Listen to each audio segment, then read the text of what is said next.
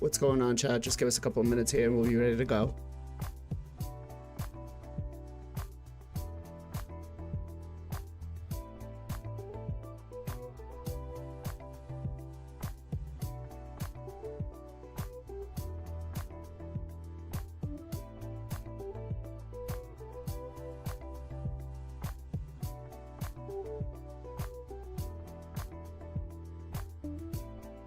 What's going on, chat? Just give us a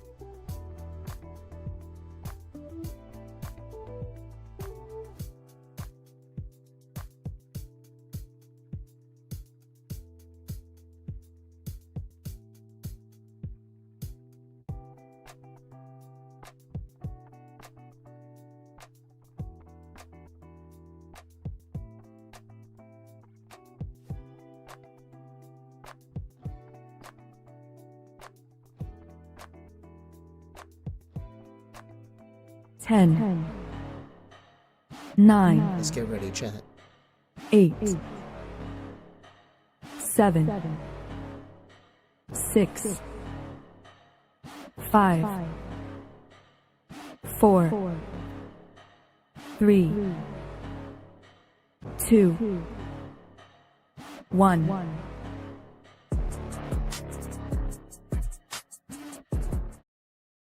What is going on, everybody? Welcome to another episode of the Knights of Teleria podcast, episode number 123. Thank you all for joining us on this beautiful Sunday afternoon.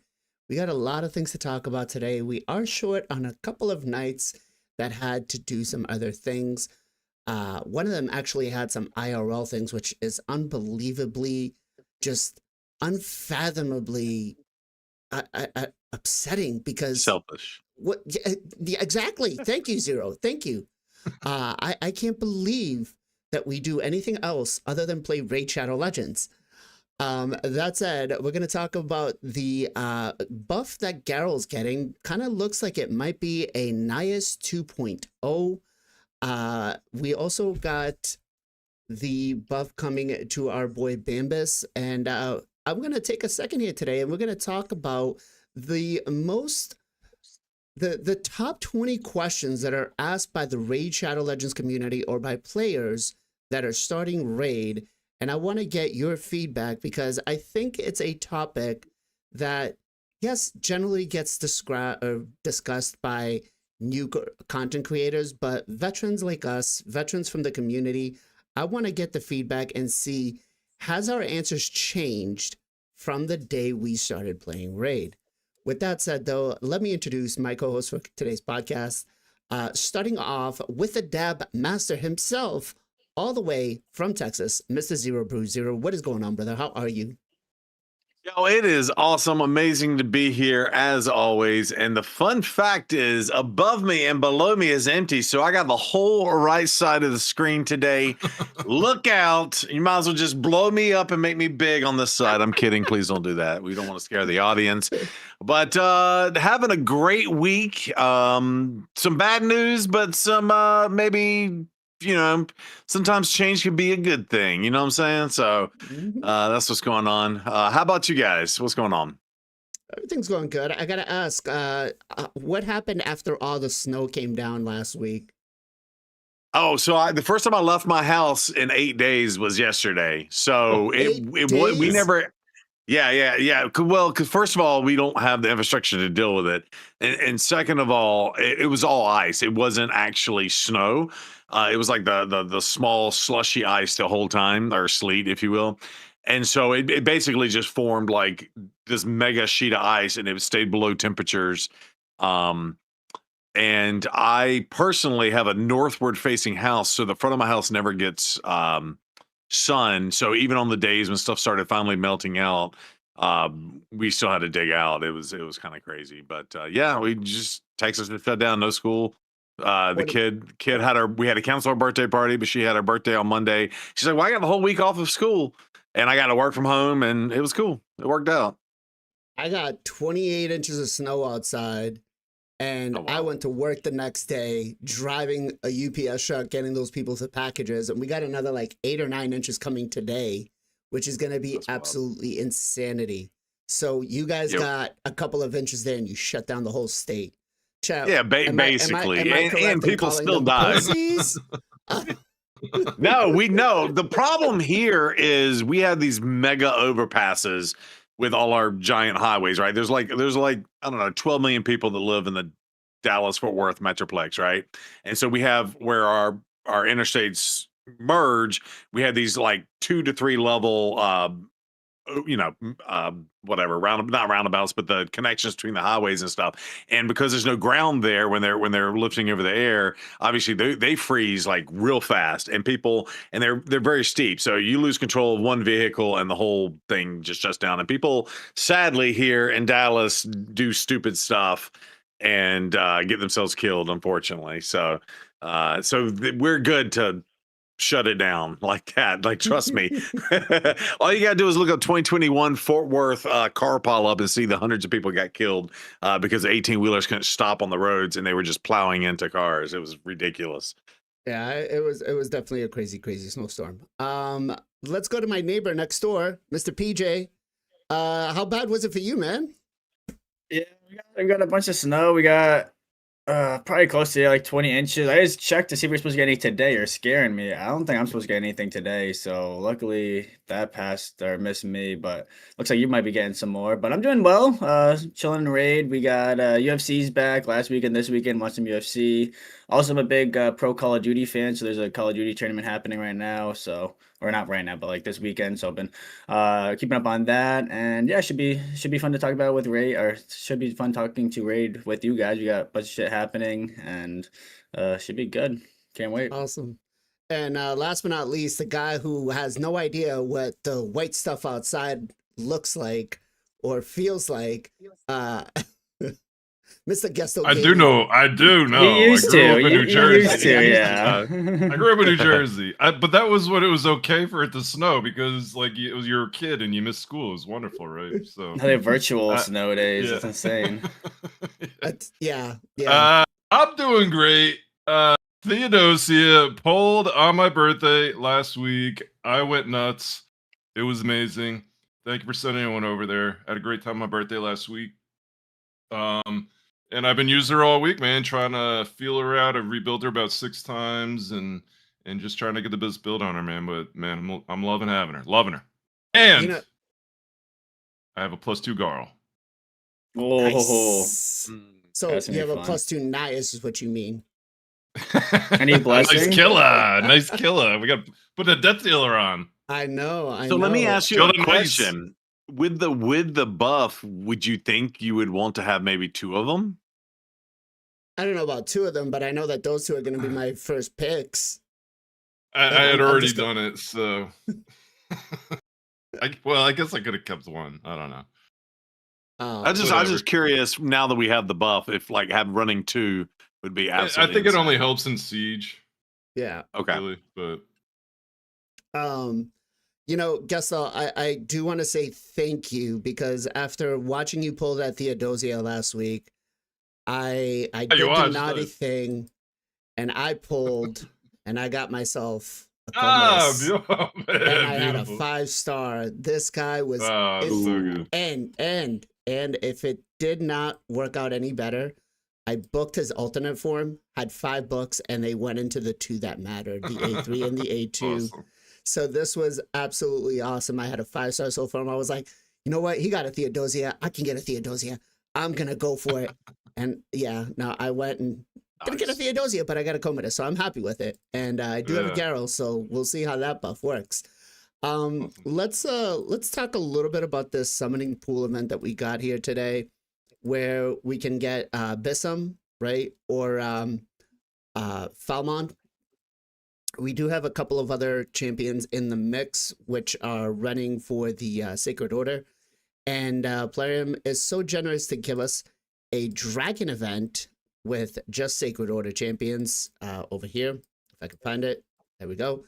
That said, is this pool worth going for? Is this, shard, the one summoning shard, worth going for? Let's kind of break it down and see. Gessel, will you be going for this event? Is it worth for you? I hate these events. I hate prism shards. I don't know why. Never, but I haven't bought them. I've never had any luck on the free ones. The only one that I've ever hit on, I got Vizug, who is arguably the worst Unity champ. So I hate this all around. I always go for the one that you can get though, man. Give me that free one. I'll pull it. I would say always go for the free one if you can. Because Okay. it's typically in like Sand Devils or Shoguns or something where you need to be doing it anyway. Right. So I would say always go for the free one. I would never tell anyone spending money on this game anyway. But especially on these things, I think the rates are terrible. Mhm. I don't know. People have luck with them. I don't know how they have luck with them. I don't know. I've never had any luck with these things. I mean, there are times where I've had some luck, and my knee can definitely attest to that. I remember 2 that. years down the line.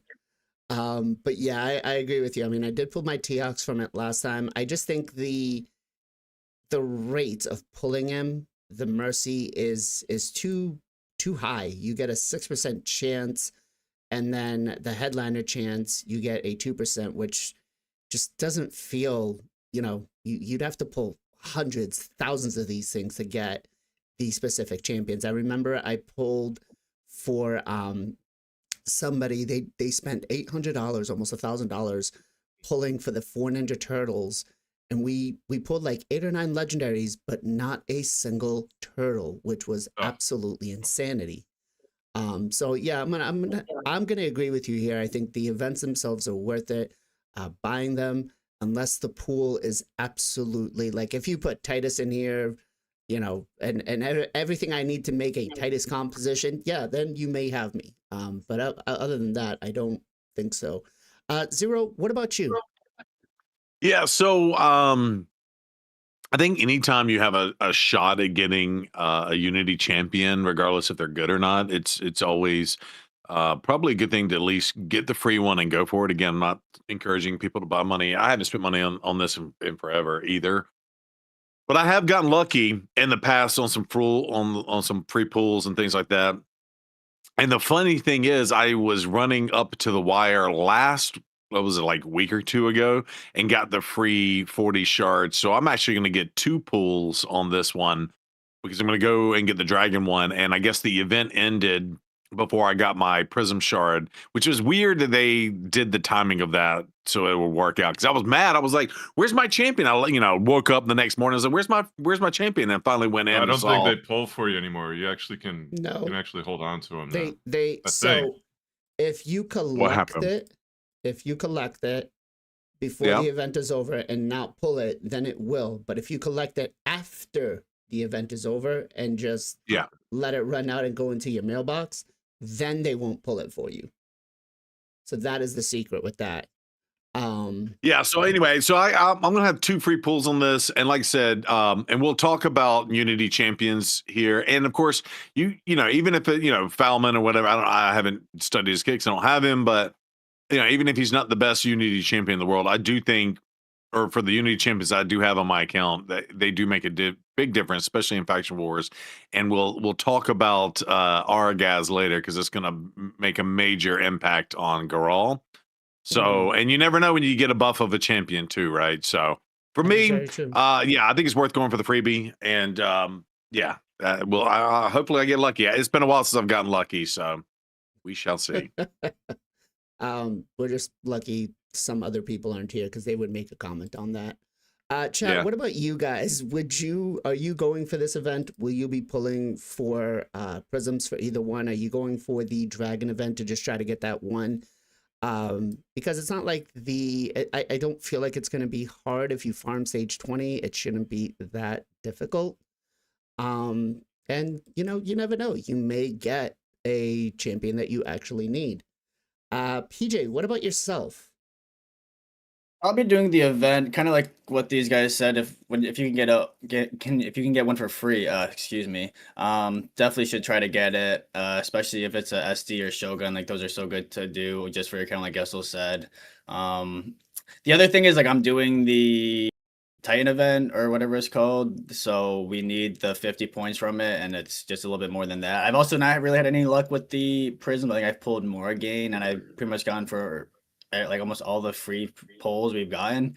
I think the mercy system or lack of like mercy system is still such a joke for prisms. Like I don't know why they make that reset every time the prisms reset. Like I think that needs to be fixed and looked at, because there's no mercy system if you're free to play or low spend. Like you have to do it that event, which kind of sucks. But yeah, the pool's not that exciting. I'm saving my prisms or like plugging them. I already got them plugged. I got 355 right now saved up, trying to get a Volcanos. They haven't had one of those events in a long time, so hopefully soon. But I also don't have that many saved up, so not that soon. I don't know. It's kind of like a weird situation. Wait. Yeah, I'll Did be you just say doing you it. have 350 prisms saved up? Yeah, like of the 355. Yeah. Prisms. How No, are like you? the dust or like the Oh, whatever or like the Mm. yeah. You get like is it one prism or what is it considered? Like we are getting 40 prisms. so you're able to save these after Yes. Yeah, I the think you event can is save them over, now. and you don't. Yes. It doesn't auto collect them. Correct. Yeah, I don't. After Yeah, I think you save them now. You can store I them. It's did been like not that for know that. years. Boozer made a video like 3 years ago and like no one saw it. Then I saw it and he made a new one like a year ago. And yeah, you can save them. And same thing with Prism Jewels for the So remnant or for the souls. I did not know that. So you can actually, if you don't pull them, then they just stay there. Yeah. You like plug it. I forgot exactly how, but you plug it. So let's say like this one, you would plug it. So like I can't click the summoning pool. I have like a red dot. If I click it, it opens it. But you would plug Okay. it with this one, and then all the ones like it would like pull it for you, but you wouldn't click it, so you don't summon it. So it just saves Okay. it. So as long as you don't click on the summoning pool one, Mhm. then you're okay. You don't have to Yeah. get it. I Correct. gotcha. Okay. That makes Yeah. sense. And So then you just whichever event I want to use it on, I click it. It would pull the one from what I've saved it, like the plugged one would pull, and then all the ones that I've saved up I could use on that event or on the current event. interesting. Okay. That might be something I have to try this time around I could send you the because video. He makes it way simpler. okay. Interesting. So That's when you it. click into the event, it activates it. So because I clicked into this event, the 40 I collected last week are now going to get pulled. No. So what's going to happen is, if I'm not mistaken, the way I could try to it find reads it. is if you go in and you just let it go into your mail slot, then it goes into here. This will save it. So it'll be from the summoning pool from this. That way, next time there's an event for, let's say, Sand Devil, it won't pull anything on that one, because unless you click summoning pool, then it will use it. If you don't use summoning pool, then it saves it. That's the trick. Here. I Okay. sent the Yeah. video and the notes if you want to look at it or look at it later. Yeah, I'll have to take a look at it, but that is an interesting. I mean, Post in they chat too. don't do a lot of events with this. I think it's usually like once a month or so. Yeah, it takes a while to save them up. But yeah, that would be an interesting thing to maybe kind of save. Although I'm not really great at saving, as we all know. That said, let's talk a little bit about the Dragon event. And yeah. Oh, that's also the thing. There's a 3x speed event happening right now too. So like, and you can just do 20, which isn't too bad for most accounts. Right. But let's talk about a team that you would go in, because if you're gonna farm and you're gonna farm stage 20, ideally myself, I'd be looking for something that I can farm with food. And I think if, with Ezio that we just got, I think you could probably make a composition work with that and throw in some food champions. But what are you guys going to use for a team? PJ? I've seen Ezio solo stuff. I think Ken made a video of Ezio soloing it on YouTube yesterday. I'm not sure if I'm too worried about getting food into here. Like if I can, that'd be nice. I have Corvus, so I can maybe try something like that. I'm probably just gonna try to get it done quickly. I don't know. I have a Phoenix, like fully weakened Phoenix, Crushing Ren. That's gonna do some Smackatunian. Deacon's good. I mean, if Noel, Corvus, like I said, Corvus, He-Man, solid option. Like 20 is not too bad. Just gotta bring some DPS, some survivability for most accounts. You should be pretty good if you're a late game, end game. You can also do stage like 10, I think, if you're even earlier. If you need, if 20 is too hard for you, just to get the tournament done. Chat, what about you guys? What stage will you be farming for this? And There's do you have a particular team that you're going to be using? Are you going to use a strategy to just farm some food, or are you just looking to get it over and done with? Go ahead, PJ. I'm sorry. I was gonna say also, no, you're good. I just cut you off. I was gonna say also shout out to like Mordecai would be nice for HP burn if you have like Cupid or something like that would be good for people. I'm gonna say, like, if I was doing anything harder than 20, Talia. Ooh, I am loving her, man. I just need one more copy to make her a +4. She is one of my favorite epics to play with. She absolutely destroys. S19 when she comes around, forget you, Taras. I got this. Zero, what about you though? What team will you be farming this if you are farming this? Well, I have the best dynamic duo in the game, Hansel and Gretel. They come in and let us smack down like it's Halloween and they're hunting clowns. I don't know why I did that, but yeah, you're welcome. Yeah, so Hansel and Gretel, fantastic for this comp. And of course, I got Siegfried too. But then the most beautiful part is now that we got the buff with Sir Nick, we can do a little Noel and Sir Nick in there as well.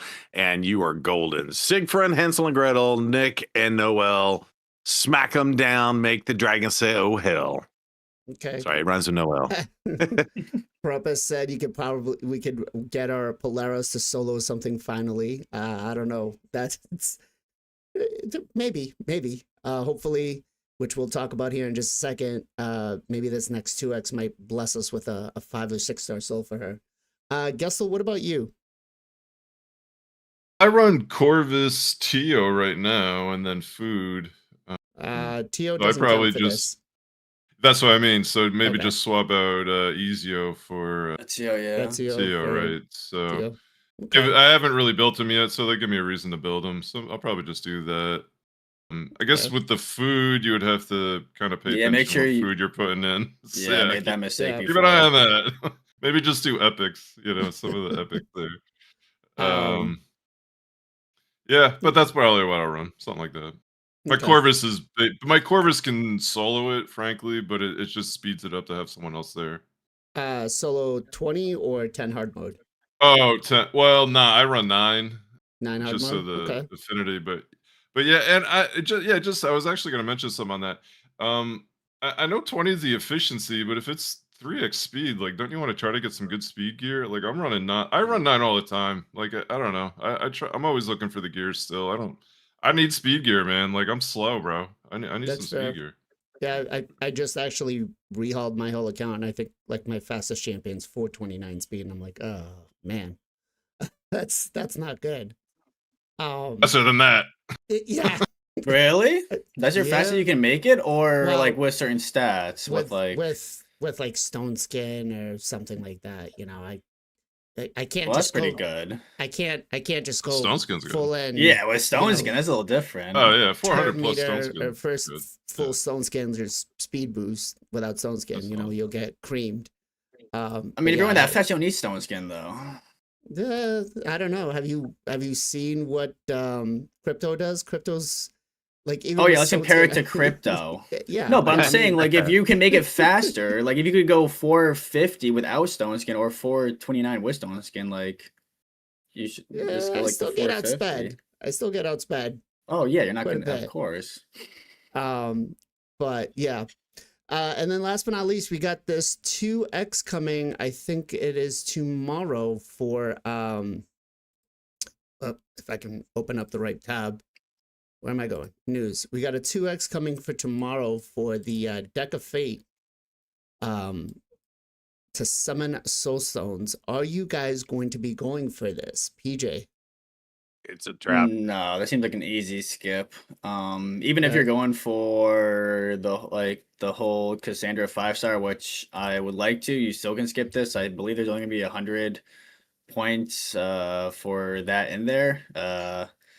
So you skip 250. I'm not touching this thing. Maybe I'll do a little bit of. I think you can do DD, so maybe I'll do a little bit of DD. Just pull a few shards or pull a few, or flip a few cards because of that. But I'm not pulling soul stones. I'm saving up. There's got to be some type of event for soul stones with the champions in the future. I would Oh, assume so. I guarantee that's going to be a thing. But I'm Yeah. going to go ahead and plug what Ken said last time, which is, hey, if you get a 2x on Mortals and Immortals, couldn't you just turn them into Eternal Soul Stones and use them for that?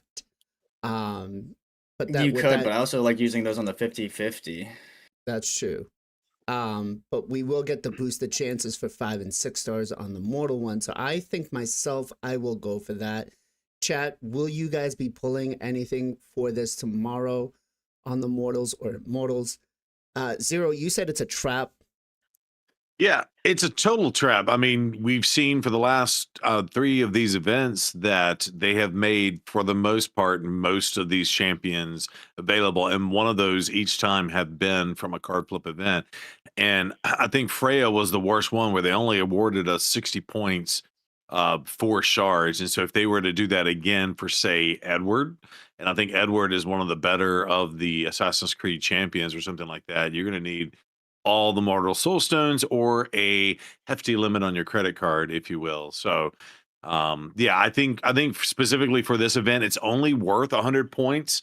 And I think because you do get some dungeon diver points too, you could get a free couple card flips and get maybe 20 out of it. But I'm skipping the 125 out of this champ chase, and I think I'm going to skip 100. I'm just straight up skip these 100, and that still gets me at 225. Where we can skip up to 250. I am going for the 5-star soul for Duflicky right there in the Odyssey Titan event, right? Cassandra. Yeah, not even So touching it. yeah. So that's my total thoughts on it. Now it could bite me at the end, you know how they do, and we had to do some big summoning event or whatever. But I'm saving it on the champ chase now, and hopefully it'll pay forward on the gems and soul stones. Excuse me, the soul stones later, right? So that's my goal. That's a And valid point. And I yep. think you raise a great point saying about the champs for, the guarantees. But also No Such Being also raises another valid point saying, well, what if you don't care about those champs? What if you just want to play? Then, yeah, that's totally up to you. Just pulling whatever you want, pulling, when it makes sense on like a 2x like this, is definitely a good idea. I mean, I feel like, wait, he said, Go what ahead. if I don't care about the assassins? I feel like he means like the rewards. I feel like the rewards are still pretty shit in this. I Yeah. mean, the rewards are still going to be crap, but the 2x chances to get 5 and 6 star blessings, that's still pretty massive for those. Yeah, I mean, there'll be more of that in the future. This won't be the last 2x True. like event they'll have. True. But, That relic's a good stat stick too. It's not a great relic, but it's a great stat stick. yeah, I think it's got resistance, speed, and Yeah. is it defense at the end? I'm going for it to throw him at Theodosia. Okay. So that tells us Yeah. Resistance speed. so that tells us what you're planning to do with your Theodosia then, huh? Yeah, we're high resist right now. So it gets resist, speed, and HP. But yeah, I think, I might, for myself, I might just pull my Mortal Soul Stones, save my Mortal ones. I mean, I'm holding on to the Eternal ones, so I'm not doing too bad with that. That said, again, it comes down to that question. Are you going to try to chase all of these champions for this event or not. If you are, then, you know, play it smart, be smart, especially if you're free to play. If you're not, then hey, as Zero says, do you, boo boo, have some fun, right? Mm-hmm. That's right. All right. So this week, we got some news about the OG mythical champions that are getting a buff, and Gharol, who I'm gonna say, you know, looks really cool. And his alternate form, I don't know about the main form. The main form, I'm just kind of like, okay, it's okay. I don't know. Chat, are you guys take the first form or the second form? But she's getting a buff, right? So let's kind of go over her buff real quick on both the main and the second form. And it sounds like she's gonna be a little bit kind of like Nias, but instead of a block damage, she's gonna get an unkillable. All right, here we go. The A1 on the main form attacks one enemy, removes all buffs from the target, increases the cooldown of a random skill by 2 turns, even if this attack lands a weak hit. Damage now scales from attack. That is the big thing that came with her. She is now going to scale both off of attack and HP on both forms. The multipliers, I will tell you, are going to change. We don't know what they are, but I'm sure, you know, will they be Nias level is the question. The A2 attacks all enemies, places a provoke debuff on all enemies for 1 turn. This debuff will ignore block debuffs and can be placed even if it has a weak hit. Does not ignore Stone Skin, right? Does not get blocked. It still gets blocked by Stone Skin. Also places a protected, unkillable, and counterattack buff on this champion for 3 turns, and is also scaled off of attack, right? And it's going to be HP now. The A3 removes all debuffs from all allies and places a 50% ally protection on all allies except this champion for 2 turns. Also places a shield buff on all allies equal to 30% of this champion's max HP for 2 turns. Increases the value of the shield buff by an additional 3% of this champion's max HP per each debuff removed by this skill. And then on her passive, when attack, decreases the damage of all, decreases the duration of all buffs on the attacker by 1 turn, occurs once per hit. Also heals all allies except this champion by 50% of the damage taken, and heals this champion by 25% of the damage taken whenever this champion is hit, occurs once per hit. All right, so just looking on the main form, let's discuss this. First of all, will you guys build her with more attack for this, or are you going to build her with, you know, HP for the main form because of the healing aspect and because of the healing aspect and the killable and counterattack, giving her more survivability? Let's go to PJ first. What are we thinking on the main form? Good, bad? I mean, I feel like that's a kind of an impossible question to answer right now. Like, we have no idea what the multipliers are or how hard she's gonna hit, depending on like more attack or more HP. That's fair. But as far as the overall buff, yeah, I think she's looking a lot better. There's a few things that scare me. One, them adding the attack and the HP, like them just touching the multipliers. I'm just hoping that they don't screw them up and like reduce them somehow. Like that would be a tragedy if they somehow mess up her damage and lower it. So hopefully they won't do that. The other thing that just came to my mind a couple of minutes ago was because you're comparing her to Nias.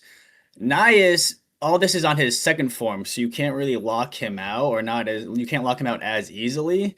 Where this is her first form, so if you go first, you lock her out, then you're gonna be able to deal with her way easier, and she just has her second form, which is still good, but I feel like not as good as her first form. So lockouts can be really, really strong into her. But yeah, I like her. I like it a lot. I think they did a great job. Being able to land the stuff even through like a weak hit is really nice. The protected unkillable is super nice. Or block damage, whatever she gives herself. Yeah, I think she's gonna be massive. Like I think everyone was expecting her to get buffed. I think it was just like waiting, because she was one of the best ones when Mythicals first came out. In my opinion, at least, I thought she was one of the best ones when they like the first 5 came out, and then just power creep kind of hurt her a lot. But yeah, she's looking really good now. Yeah, to be fair, when they all came out, they all looked cool, great, but weren't I feel like she was like really the best one out of missable. the 5. Yeah, yeah. Um, though I'm curious here. So we got Nias with a 4.5 on his A2, and then his A1 it's a multi-hitter, and it's a 1.3. So currently in her HP form, on her A1, she's got a 2.8. The A2 is a 2.5, and then shield multiplier is a 0.3 on the HP. So adding the attack on here, I don't see maybe if we switch to his main form. So his main form has a 2.6 plus a 1.2 on the attack. So that could be kind of busted on her. So, and then the A2 on Nias has a 0.3 and a 1.8. And then the A3 is 0.9 plus 5 attack. So that's going to be interesting to see. But I do think that the multipliers are, I want to say I don't think they're going to go lower. I think they're going to go up, but just not sure how much. Yusel, what about you? You said you have a +2. What are we thinking on the main form? Yeah, the main form is interesting. The provoke, I think, actually almost makes this somewhat viable. Like, think like completely different. Not PvP, like Hydra going full protection, 9-piece protection, getting all those buffs protected, and have a provoke and strips. Like, it could be a viable Hydra champ now. Like, whereas before that first form was essentially nothing. But really, what I love about it is that unkillable becoming protected. The whole reason why why Nice is so strong is because you can't get rid of that stupid block damage. Now you can't get rid of the unkillables. So not only is that huge, but when we get to the second form, having an unkillable makes it even crazier because of the way the damage will scale. So I'll talk about that later. But I absolutely love it. I love the protected unkillable is insane. I absolutely love that. But back to the point where she used to be good pre Hydra changes. She used to do insane damage. When they made the changes, she just wasn't that good in the second form anymore. So that was the other thing that kind of hurt her a little bit. Okay. And let's be honest here. Her A1 on this form still ignores shield and unkillable and block damage. So, sorry, Nias is A1. So he still will counter her even with the unkillable on. Might be a little more challenging to kill her. That's the first form. That's the first form, right? On Nias's first form, yeah. So it might be a Yeah. little more difficult. So he's got to kill her. swap back at least. Yeah. But yeah. Zero, what about you? Yeah, so I think it's going to be interesting. The other thing that I think is curious, are we just talking about the A1 or the kit all in general? I'm sorry. So the first side, the first kit, the main form. Yeah, first. Okay, yeah, okay. Just that's what I thought. So go. Yeah, if you go back to her kit, so like the way they changed up the ally protection, and of course you've got the unkillable there, and then of course she heals herself as well. It makes me think Vizix, right? So one of the old, and you can get it for free, but I've always been told this, that you never put crit damage on Vizix because she ends up taking more damage with the ally attack. Or I've never understood that from that perspective. So you know, she does have unkillable and she heals herself, but I would imagine you won't mega crit damage, especially in the other form. I know we'll get there, but I just feel like you kind of want the crit damage. So I don't know how this works in terms of the ally protection. And I would love someone smarter than me to test all that out and see what happens if she ends up, you know, basically killing herself, even though she has the unkillable. What, you know? So I'm but gonna, you know, let's Well, say it'd they be get good stripped for from her. mood. It'd be I'm good gonna because her say- second form, she's the Leo passive. Yeah. So I'm gonna Yeah. say it's gonna kind of work a lot like Gizmak, right? Because Gizmak puts the protection out, the ally protection out on anybody, puts an unkillable on himself, and then he also puts out the pain link. But you know, having the unkillable, there's not a lot of other champions other than Knives from mythical wise that ignore unkillable. I may be wrong. Chat can let us know though. But yeah, I still think you'll want to go with crit damage, regardless, unless you're gonna build it with a pure support. And then that's my point is I do think you want to go with crit damage. I'm curious how the ally protection scales off of going with the crit damage, right? Well, she also heals back up with the passive. Yeah. So she'll be able to recuperate, not everything, but at least some of it back. She'll heal 25% of the damage taken. With the unkillable up on a 3-turn, going on a 4-turn cooldown, that's pretty massive. Let's take a look at the second form. Go ahead. Yeah, let's do that. And I will say, when I did book her, I only booked second form. So if that tells you anything, is the first form worth booking? That's what I really have to ask myself. That is true. I got to check. Depends how you want to use her. I would say no, though. Have I booked her? I have booked her both in the main form and the alternate form. I guess what's that called, PJ? Kraken problems. Kraken, All right, let's take a look at the secondary form. Attacks all enemies, has a 25% chance of repeating the attack, will ignore block damage buffs. Damage also scales off of HP, so that is massive for this form. The A2 attacks all enemies. The damage from this skill increased by 10% for each buff on this champion and on the target.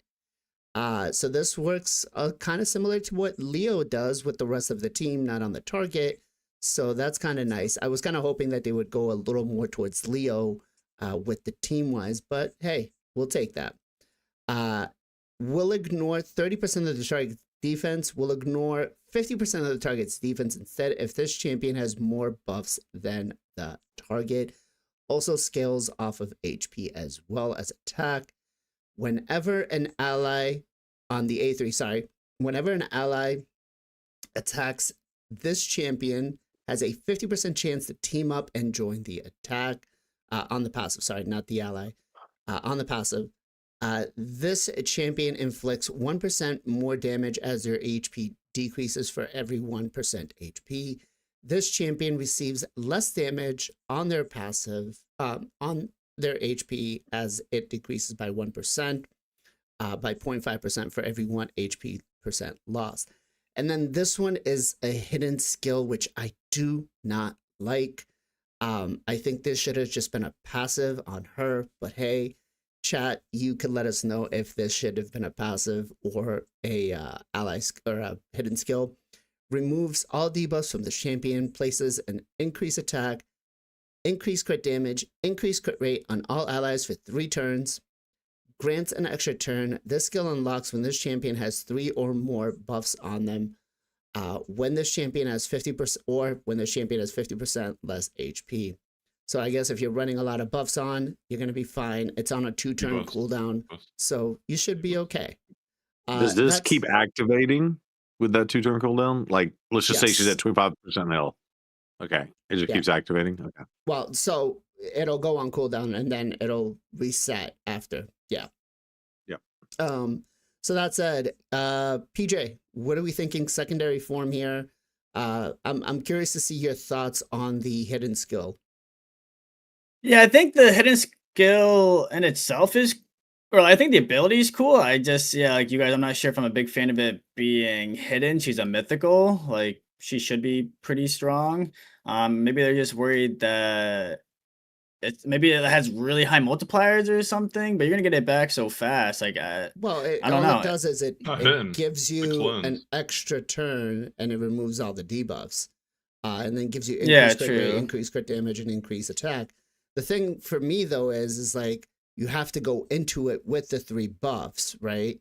So like if debuffs, no buffs. I'm sorry. This skill unlocks when this champion has 3 or more debuffs, or when their HP. You're right. I'm sorry. Or when their HP loses. I misread that. But who plays with debuffs then? I guess buffs would be better. Yeah, exactly. Yeah. Buffs would be better. Debuffs, I don't know. Go ahead, PJ. I'm sorry. No, yeah. I mean, I guess kind of misread that. Yeah, in that case, yeah, I also thought it was buffs. Yeah, it's kind of weird then. Buffs would have made a lot more sense, even though she's giving herself more buffs. Um, yeah, actually, now I kind of don't like it anymore. It's kind of awkward, actually. And it's increased crit rate. Like, you're not going to build her with 70% crit rate just to hope you have that. So the crit rate is pretty much useless. It's just increased attack and crit damage. Increased attack you can easily get from other areas. And the crit damage is nice, but, like, it's not, like, that crazy. Like, it helps a little bit, but yeah, I guess the best thing would be removing the debuffs. Yeah, I don't know. The passive. I actually don't like it anymore. I thought it was okay, and now I think it's kind of shit. Yeah. Uh, no such being. Gerbtuck would work well for PvE content, not PvP. But yeah, I'm just kind of looking at this and I'm like, just make it like on a 4-turn cooldown, every she gets increased attack, increased crit damage, and increased crit, because it's not like if it was a passive, you could put it on the 4-turn cooldown and you can make it way better. But like I'm thinking of like Mezimel. Mezimel gets it in her first form and then is able to go into her alternate form and kind of nuke anything if she has to. Like, this just does not make sense to me. I don't know. I also have another idea. Oh, sorry. Go ahead. Go. No, go ahead. Were you done? Yep. I was just saying, like, the increased crit rate, I feel like it's super useless. And she's an HP and attack, so maybe they could have done something with like the HP. Like, I know there's no increased HP buff, but I know Tigran has something where he like stacks up the HP, like the max HP. So she could have done something like that where she starts stacking up, like kind of like Nice. I think someone in the chat said this. One thing about Nice's damage is that he gets it from the passive in the second form because he's stacking up like the HP, the defense, the speed. So she could have gotten something like that where she like stacks up the HP and attack or something like that every, I don't know, every couple of turns or what a certain like something like that would be cool. Yeah. And I'm reading chat here. Maybe we look at building her in Swift Parry. Who knows? That it's gonna get buffed. Yeah, it is soon, hopefully. Telerium soon. Gestel, what about you? What are you thinking? Alt Form 2. Yeah, I'm kind of I don't even know why they added it. The special ability. It's kind of whatever. I don't guess I mind a cleanse. I think that could be in some places very useful. Obviously, if you're hard CC, I think that's where it becomes huge. But you would have to have the 3 or be less than 50% HP. The 2-turn, right? You get the extra turn, so it's almost on cooldown, like almost right away. So I don't think the cooldown is horrible. I don't know. I'm not in love with it. It's kind of whatever. If they didn't add it, I think the second form is strong with or without it, regardless. The biggest thing to me is the A1 ignores block damage now. And now you have a 25% chance of repeating the attack. When it was 20%, man, that thing used to proc all the freaking time. Now it's 25. That is insane. But the biggest thing, even bigger than that, is that this scales with HP. So you build her you build her like you would build all these other monsters, right? Like you build Nice, like you build Gizzy. So I think I don't think they needed to add that last piece. Like the A1 to me, I'm just like, I read that A1 and I was like, all right, bro, I'm good. Thank you. I don't even care what else happened. Like the A1 is so strong now. Like just imagine like you do that first hit into Nice, doesn't kill him. Oh, repeat, doesn't kill him. Repeat, kills him. Like, God, I can't wait to see that, man. Get these stupid Nices out of here, bro. Get out of here, Nice. Get out of here. Now, the only bad thing is, obviously, she's weak affinity to him. So, like, I still think he's better than her. I'm not trying to, like, go there. Yeah. Zibby's is so strong, man. I hope I can get another 1 or 2 of those. Yeah. At 25% HP, I can't know. it. So I have that on my Embry, bro. You can. It's so hard to kill my Embry, and you should see the freaking gemstones I have on there too. It's ridiculous. They're all red. Would you put a Zibia on Gharol? Well, now am I going Gharol? Yeah. Well, we'll see how great she is. If she's hitting like these other guys, she's going to be right up there, and I'll probably put it on her. But yeah, that's what I'm. Well, actually, what I'm gonna put on her because I want her to counter nice is the Death Dealer. Hmm. Yeah. So that's my plan right now. But yeah, because she's gonna be my counter to nice. As long as she's hitting hard. If she's hitting like poo poo, then whatever. But I don't think they would do that. I think she's gonna hit pretty. I think she's gonna hit pretty hard. Maybe not as good as nice, but I think she I'm just. You don't need her to hit as hard as nice, so she's just hitting 4 or 5 times with an A1, right? Right. I will say most of the buffs that they've done for the mythicals have been pretty good. So that's the other thing. Yeah, I can't imagine it's gonna be bad. They would not do all this and then she doesn't hit. Like, oh, okay, great, you buffed her and she does nothing. Great. Right. Zero, what about you? I got 3 words for you. Argaz. Oh my God. Do y'all have Argaz? Because if you don't, the 2 of them together are probably the most dynamic situation in the game. He's the Orc Infinity Champion. Oh, you do not. Feel bad for you. I got 2. I'd love to trade you one. All right. So first of all, the A2.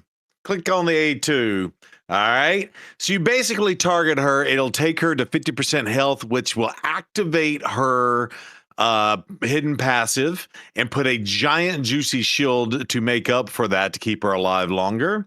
All right. Click on the actually I have it right here. Click on the passive, please. Allies with 50% less HP deal 30% more damage.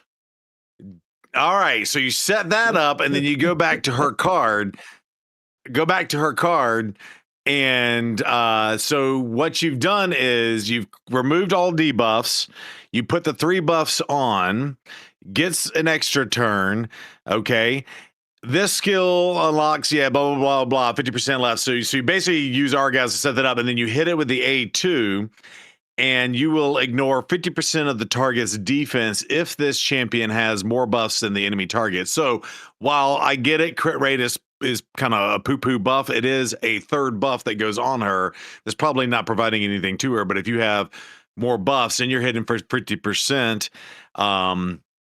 on top of that, and you're just going to just melt them with Argaz's 30% extra damage on that. Then if you go back to Argaz one more time, whenever this ally kills, so with 3 faction, champions, allies, whenever an ally kills an enemy, grants them an extra turn instantly, occurs once per turn. And then, of course, Argaz's A1 will heal her back up to 50% to keep her alive. So basically, the 2 of these champions together are the mega ultra smacker doodle doos or whatever. And fun fact, and I only realized this yesterday because I had not done the thing and I'd already burned all my things. If you go to Grim Forest and go to the purple rooms, there's the purple room that is for in hard. There is the purple room for what's his face? The orcs. Basically it's the orcs. I actually just beat it. But yeah, click that. It has Argaz and it has her after her buff. Do you know that this is probably going to be one of the hardest rooms in the game with Norog and Valtide now? So I would suggest everybody complete this stage if you can complete it before this buff happens, because after this buff happens, this becomes the nastiest thing in the game. I will say hard mode faction wars, I think it's stage 19 or 20 that has Argaz in it, is a complete pain in the balls. And I thank God that they don't put a Gharol in there now. But watch them do something. Make the change. Look at my ideas, bro. Well, and I will say, if you have noticed, all the champions that have gotten the buffs, I would say for the last 6 months, as hard mode faction wars has come out, has made faction wars a lot harder, and I think this is going to get ridiculously hard. So it does look like they are targeting champions that they are using in their PvE content to give them their buff. So yeah. So that said, I Yeah, but mean, me personally, I'm absolutely loving it. I do have orgasm. Lucky enough, I actually happen to get one out of my prisons. Circle back to that first topic as well. But yeah, I think this A2 is going to be stupid, and her damage is going to go up with HP and attack too. It could basically just annihilate people. yeah, right. If it sets up again, we have to see if it sets up the way the way you think it will. But and then you I, throw a Zivia's Servitude or something like that on there to keep Gharol alive. I tell you Yeah. what, all you need to do now is for your siege team is put in the Packmaster and the Doggo, like No Such Being just Yep. said, and there you go. You've got the ultimate freaking siege team right now. That is Yeah, gonna yeah. be And by the way, I orcs I only. did run. Yeah, I did run my orcs team since we're in the same clan. I did run my orcs team now, but as soon as this buff happens, my siege team will be that. Yeah, Just so you know. And I dare anybody try to get through it. it's gonna be interesting. But that said, I mean, overall, I like the buff. No, I think, like I said, my biggest thing is the secret skill here. I think it should have just been like a second passive, put on a maybe higher cooldown. It is what it is. Overall, though, I like it. I will definitely get to use her. I've tried to use her in hard mode faction wars. Hasn't really done a lot for me there, though. So overall, liking that. Yeah, and then the other thing that I didn't mention, just because I know we're about to move on, but the fact that they upped her passive to 50% and that A1 to be 25% could get disgustingly nasty too, with the crazy counterattacks. Because when it does trigger at the rate it is now, it's kind of impressive to see 2-3 triggerings of that in a row. But now it's going to get buffed too, so that's just going to be stupid. It really is. So Bambus, he's also getting a buff. They're not changing a whole bunch of things on his skill kit. They're reducing some cooldowns, increasing some of the chances, which is great because I do know that he's in Cursed City, and one of the stages that he's in is always a pain in the ass. But the A1 attacks one enemy will now have a 75% chance of placing a decreased speed for 2 turns. I believe that books up to 100 if I'm not mistaken. Then the second part will be attacks all enemies instead if the initial target is under 2 or more debuffs. This attack has a 75% chance of placing a 30% decreased speed. That's basically all they're changing, is just giving us extra 25% and putting the decreased speed up, right? Then places a sleep debuff on the champion for 1 turn. This debuff cannot be blocked or resisted. Can be covered by Stone Skin, but that's it. A2 attacks all enemies before attacking, places a shield buff on all allies equal to 30% of this champion's max HP for 2 turns. It's not their max HP anymore. It's now changing to his. Also increases the duration of all buffs on all allies for 1 turn. After attacking, has a 75% chance of increasing the duration of all enemy buffs by 1 turn, books up to 100. Even if the attack lands a weak hit. Also increases the value of the shield buffs on all allies by 3% of each enemy's buffs that hadn't had its duration decreased by this champion. It really, I mean, they try to make him work like a Wixwell here, but it doesn't work. Then places a sleep debuff on the champion for 1 turn. This debuff cannot be blocked or resisted. It is booked down to a 4-turn cooldown. The A3 target an enemy. First place an increased accuracy, increased attack buff on all allies for 2 turns. Then has a 75% chance, books up to 100, of placing an enfeeble debuff and a 50% decrease accuracy on all enemies for 2 turns. The enfeeble debuff cannot be placed on bosses. Has a 100% chance, 75 books up to 100, of placing a 50% decrease attack boss on all bosses instead.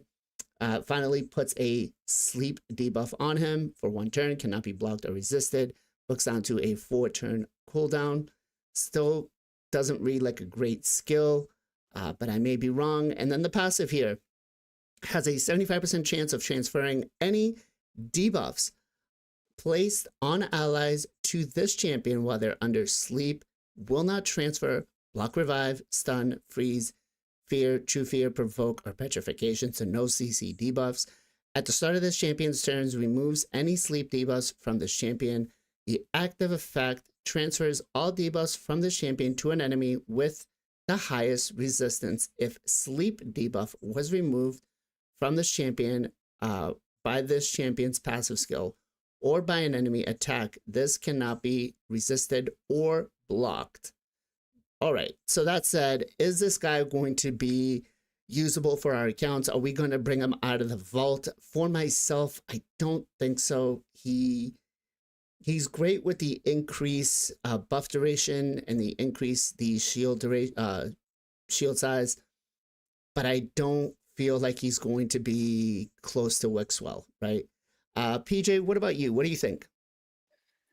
Yeah, I definitely don't think he's going to be Wixwell or anything like that, but it's a decent buff. I know a few people were using him in Hydra, not like a Wixwell Hydra, but just like for the things he brings in Hydra. He brings a decreased speed on the A1. He was bringing increased attack, increased accuracy. I think the switch from decreased AC to decreased attack is nice. He's just universally a better debuff. Decreased attack on like bosses is going to be nice to help you stay alive a little bit longer. Yeah, I mean, I think for endgame players, late game players, no, he's not coming out of the vault. But if you're newer to the game and you get him, I think he could be really nice, especially against waves. The enfeeble, not being able to get crit is really nice, keep you alive longer. So I think early on he'll be nice, nice support for you. But for a late game endgame player, yeah, I don't think he's gonna be like, oh yeah, definitely take him out of the vault right now. I think I'm reading chat here, and again, no such being says, I think Bambus is more of a make waves with him, more of a pain in the ass than anything else, and I think he's right on that. Zero, Bambus, is he going to be good for you? No, Bambus is one of those that when I went for him, I was like, oh, Kung Fu Panda, whatever, like, Skinwalkers, cool. And like reading his kit and stuff, it was like, oh, this could be one of those champions that could do some weird like niche something that we don't know necessarily about right now, and just never lived up to the hype at all. So Bambus is probably just gonna stay eating his whatever bamboo in his vault slot for me. That's probably what the deal is. Okay. Well, look, he's got some pretty decent brews in here. I don't know if you knew, but from World of Warcraft, Ken Stormstout, Yeah. who this guy is kind of out of, was a really good what's it called, brewmaster. So, he could probably brew you up something really strong. Gessel, what about you? Yeah, definitely not coming out of the vault. I feel like the only way that this, like, they could have made him Wixwell-esque, which I agree. I kind of feel like they were going for, is if they, instead of it, he extends debuffs. If he extended ally buffs on that A2.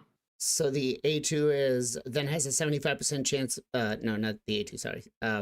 After attacking, has a 75% chance, booking up to 100 of decreasing the duration of decreasing enemy buffs. That's what enemy it is. Yeah, buffs if it was turn. increasing ally buffs, I think that would have made him a lot more. That would have made him. I don't know if that makes him like Wixwell. Kinda, I think it does. That would make him a little like more Wixwell. like Wixwell. Yeah. Yeah. I think then I think he comes. I think people are like, okay, now we've got another opportunity to not just a Wixwell team. We can maybe build a Bombus team instead. Then I see him coming out for bigger accounts, for late game accounts, right? But it's not the case, and I'm fine with it not being the case. Not every champ's got to be like every other champ. I think the variety is obviously what makes this game interesting. So it's a good buff. He was a fusion. He looks cool. One of the coolest looking champs in the game. But yeah, I don't know. He's gonna look just as cool sitting in the vault, I guess. Yeah. I think the biggest problem here is, if the enemy doesn't have any buffs on him, so for boss encounters, the A2 kind of feels like garbage, I'm gonna say. It's not really gonna do much for you. So That said, with this one, Plarium, you've managed to make it a little more challenging for us for some of the waves, but not enough to make us want to build him and book him. And I don't think you're going to find a lot of people that disagree with that there. All right, let's talk about the most commonly asked questions when either new players come into the game, or newbie players that aren't knowledgeable about the game. And I guess the first question that I'm going to ask you guys is, who do you pick as your starter champion? Chat, do you remember who your starter champion was? And knowing what you know now, would you have changed that starter champion from then? Let's start off with PJ first. That's a good question. And honestly, I feel it doesn't even matter. And I think the better question is, do you even take your start to 60 anymore with the promo codes and promo links and stuff? Promo codes, the only thing you should care about now. Yeah, like I honestly don't like. Obviously, Kale, I would say, is the best one. Or you could do Elhain. I see people do Aether. Like, it doesn't really matter, I don't think, because I think, especially nowadays, I think it's all about the promo links, the promo codes, and those champions.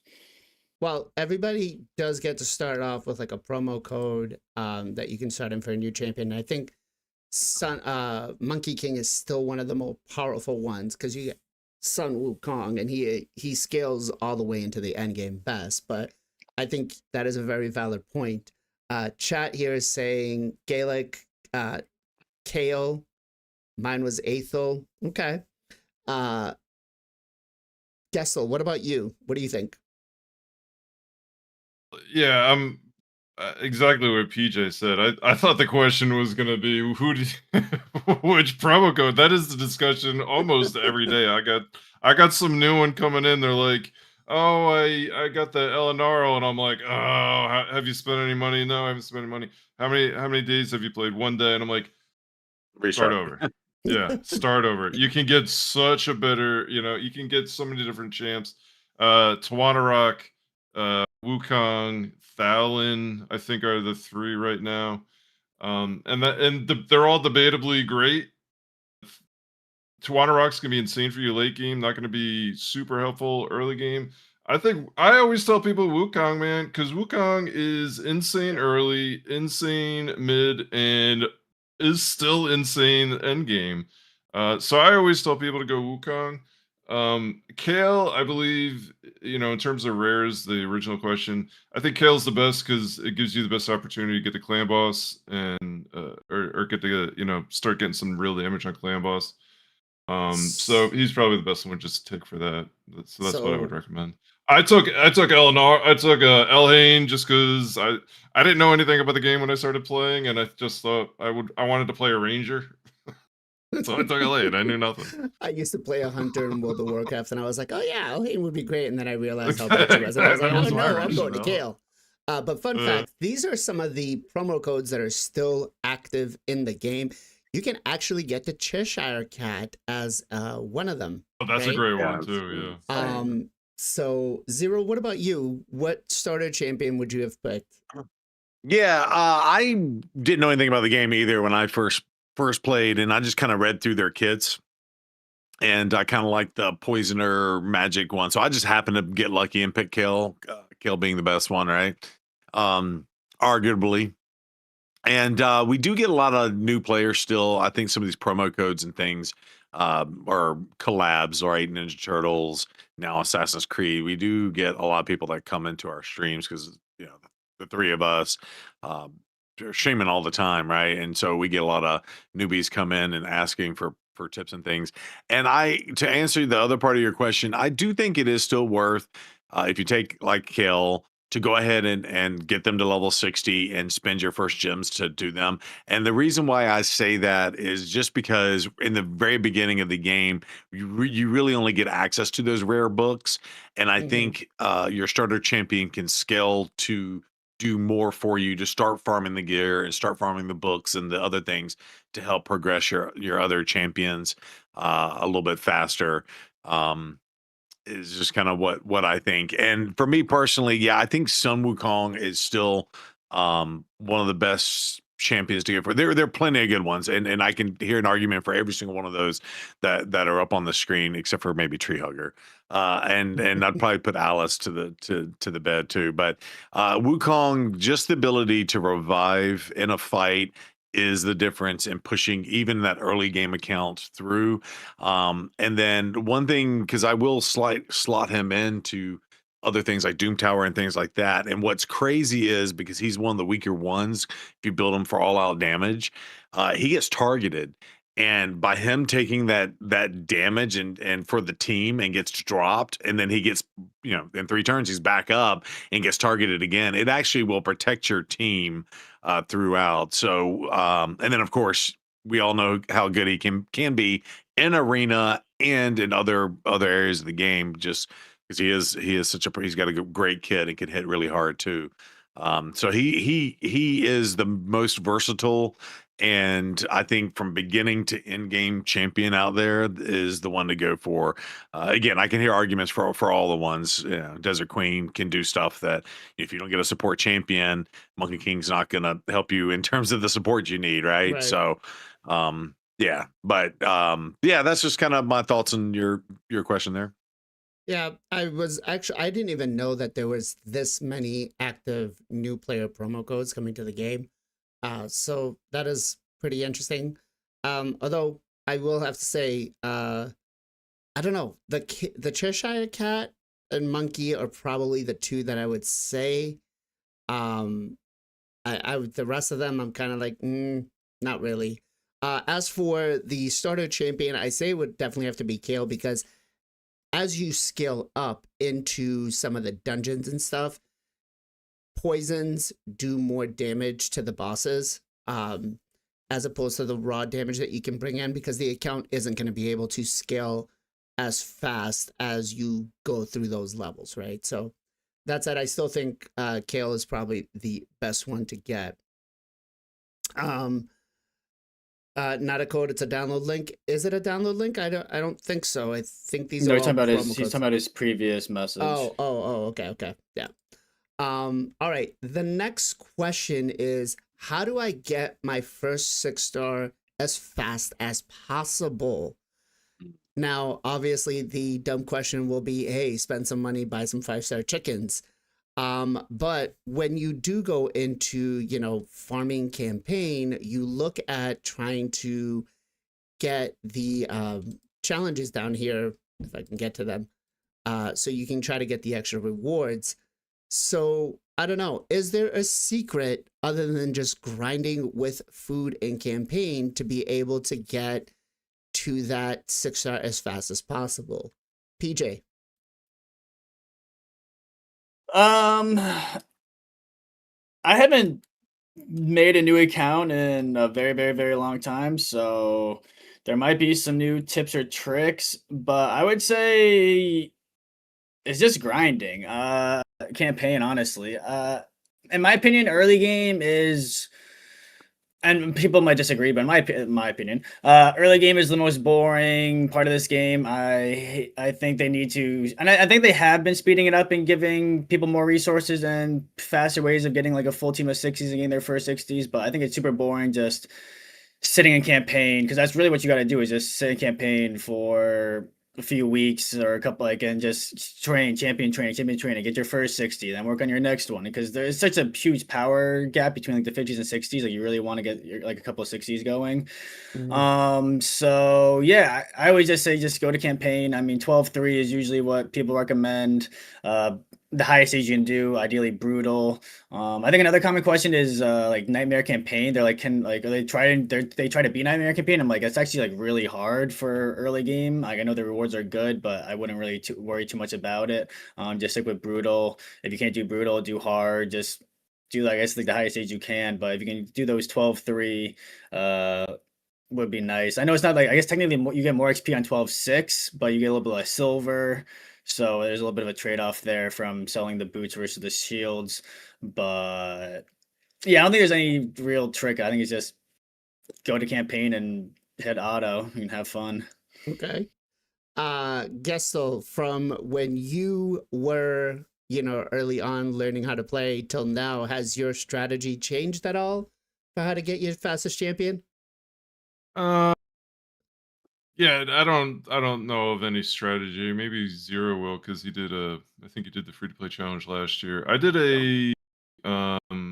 a free to play about 2 years after I started my main account, and I ran that for a good 2 years. It's actually a pretty strong account. I might jump back into it at some point. But I would say the only advice I could give, on top of what PJ said, is if you can't farm 12-3 brutal, my recommendation is always to farm the whatever the one for speed is, where you can get the speed boots.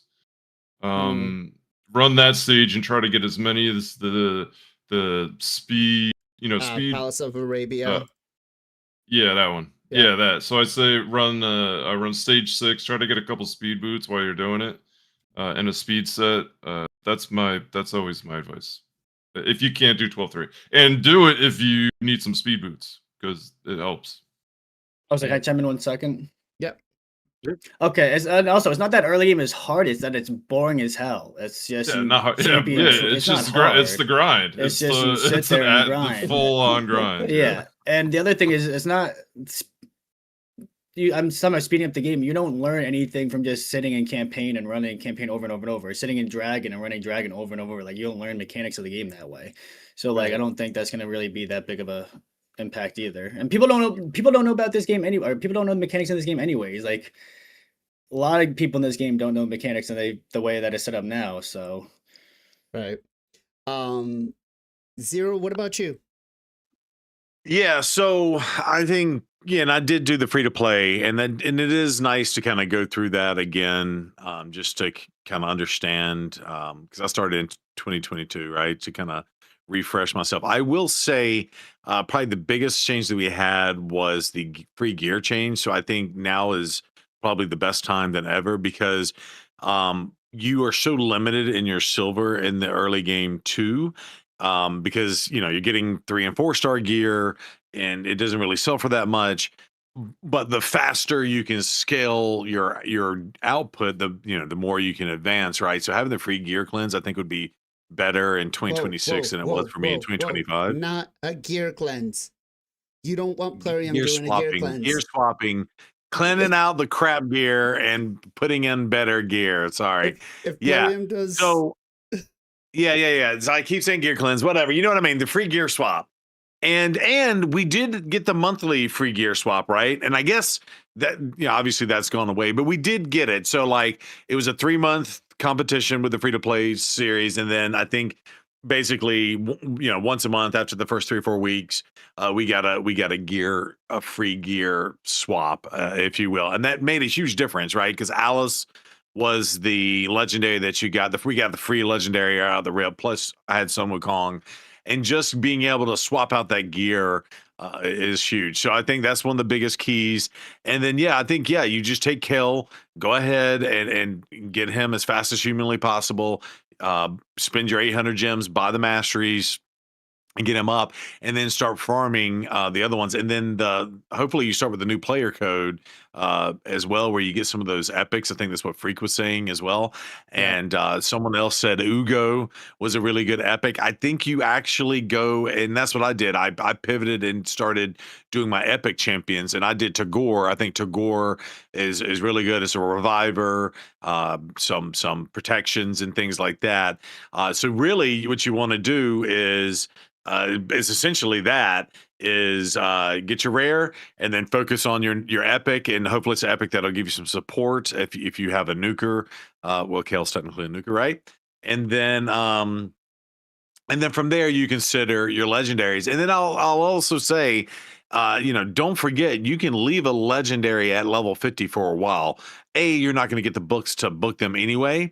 So getting them from 50 to 60 without the books on their skills isn't really going to help you all that much. And then really you pick which one you think is going to help you the most when you do start getting those legendary books. And then that's the one you take to 60. But I think you need to wait and see, what other champions you're getting. If you get a Geomancer, if you get, some of these other really good epic champions, and kind of, focus on where your account needs to go. And again, I say all that as an experienced player starting over. if you're brand new to the game, you're not gonna really know. But you Right. come to one of our streams and ask questions, we'll help you out. There it is. The question Roblox is, says I'm speaking facts. Love it. yes. What's up, Roblox? I am Roblox says that he's starting a new free-to-play series for 2026. I am so sorry that we motivated you to do that, bro. But real quick, let me give some shout outs here. We got Did you get that, we got Heinz Sauce on Twitch over here, so make sure you guys give him a follow. Freak Gaming, I am Roblox, and then I missed one. Where are we? Where did I miss one? I'm Roblox, Freak Gaming, and Heinz Sauce. No, I didn't. I think I got everybody. Make sure you guys give him a follow over on Twitch. And I know I am Roblox does YouTube, so give him a follow over on the YouTube side. Show him some love. All right. What about your first 800 gems? When you first played, did you actually spend them on the mine, or did you just waste them on something else? Did you use the 800 gems to get your masteries on your first champion?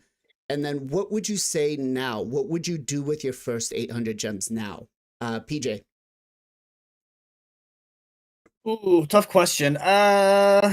Again, I haven't done a new account in a while. I don't exactly remember what I did first, but I think both options are honestly pretty good. I'm not sure if there's a better one. Gem mine, I think once you get it to max level, it's like, I forgot, is it like 3 months or something after it's max level to 1 month to or 1 month recuperate, to which, yeah. completely recuperate? Yeah, so I mean that's a great investment. And No, then sorry, yeah, it I was was 3 looking. months. 3 months. Oh, You're right. it is 3 months. Okay. Still a good investment though. If you're gonna play this game long term. And then yeah, masteries. I always try to recommend people buying the first 2 to maybe 3, at least 2 masteries for people, because if you're not farming minnow 15, it's not really worth farming, in my opinion. So you want to bite the bullet, buy the first couple of masteries for people, which will help you get to minnow 15. Hopefully farm a little bit faster. Getting that war master on people is huge for damage, speeding up bosses, speeding up waves. So yeah, I don't know which one would be better. If you're gonna play long term, I don't know, because if you gem mine's a long term thing where the masteries would help you like instantly, and you get more masteries if you do the missions. You do like they give you a bunch of masteries, I think, or not masteries, sorry, gems. They give you a bunch of gems early on through like the missions and challenges and stuff like that. So yeah, it's tough. I'm not sure which one I would do first, but I think those are the first couple things you would want to do. Get masteries and buy gem mine. Maybe masteries first. Okay. I think the first thing I did with mine is I actually bought masteries. And I think the question you asked earlier on, PJ, whether it's how long do you envision yourself playing? Because if you envision yourself playing for longer than 3 months, then, and you're trying to be a free-to-play player, recuperating from the gem mine is definitely the thing to do. The first 800 gems there, kind of helping you kickstart everything, is definitely the solid choice. But if you're just going to pick it up and have fun, or you want to see what the game is like, you know, as quickly as possible, then yes, farming, buying the gems, the masteries are going to be key. And then I think the bigger question there is, when you do buy the masteries, who do you buy them on? Because if you have to get that tier 6 mastery, you need to be 6-star ascended. Zero, what about you? Yeah, so I think we kind of talked about this, but to go back to what I did is I didn't know anything. I didn't even look at the streaming community, or I started watching some YouTube videos after kind of playing it for a couple weeks. So for me, I did the gym thing. I was like, oh, this will be a good return on investments, and I'll start generating more. But there was a whole lot of stuff I did not know just about anything. Like I didn't know about masteries or faction guardians and all kinds of crazy crap I didn't really know. So getting to redo it last year definitely helped kind of going through that process. So yeah, so for anybody today, I think 100% go ahead and get the masteries, because as soon as you get the masteries, you can progress further in the game. And if you can progress further and faster, you start getting better gear, your champions start doing more damage. things like that. And of course, you start earning those books as you're completing your missions and things like that. So those first, 4 or 5 champions that you can get up to 50 or 60 and get them booked and start getting their masteries and things like that will just ramp up how fast you can progress out of that early game as much as humanly possible. And I do think, yeah, investing in the gem mine, especially if you're going to play the game for a year or more, right? Is definitely high on the priority list. But I think, today, get those masteries on kill and go from there. Okay. Gesto, what about yourself? Yeah, well, like, if we look at masteries from our accounts, right? Like, you're able to run whatever it is, 15. You're able to run max Minotaur, and you can run it super fast, probably with one champ. I run it with Marius. Um, so it's actually cheaper for us to run it. I think it's like 550 versus 800, around Yeah. 550 if you just run with energy. But when you're new to the game, right, you're not running Minotaur 15, you're running like Minotaur 6, and you're not getting as good of a return on that. So the 800 is probably better for the masteries. I would say for Kale, honestly, it probably benefits him the most, just because he is a rare. Um, I was the same as Zero Brew, though. I kind of looked at it like I didn't know anything about the game, almost exactly like Zero Brew. Like, I didn't know anything about the game. I kind of just played it on my own for a couple of months, and then I was like, bro, I can't get through this, and I started looking up stuff on YouTube. So just the way my mind was like, bro, I gotta get money back. Okay, I gotta put it into this and get gems back out of it. So I went the Yeah. gem mine. Originally, it just made sense to me. So my point being, I don't think either's wrong. Okay. Uh, what you said, Blazin, if you like the game, and you feel like you're gonna play it for a while, I would do the gem mine. It seems to make more sense. But masteries are really expensive early on, so yeah, it's tough. I don't know. I don't know what to say, bro. Do one of them. Both good. All right. The next biggest question that I see all the time is people posting screenshots and saying, who do I bring to 60 next?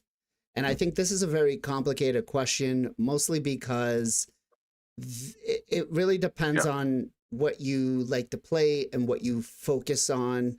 And basically what kind of resources you have. Do you have legendary books? Do you have epic books? Do you have mythical books?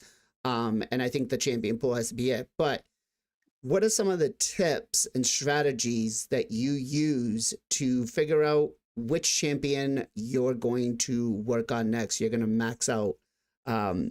Chat, I want to hear from you guys because we have a variety of players that have started multiple accounts.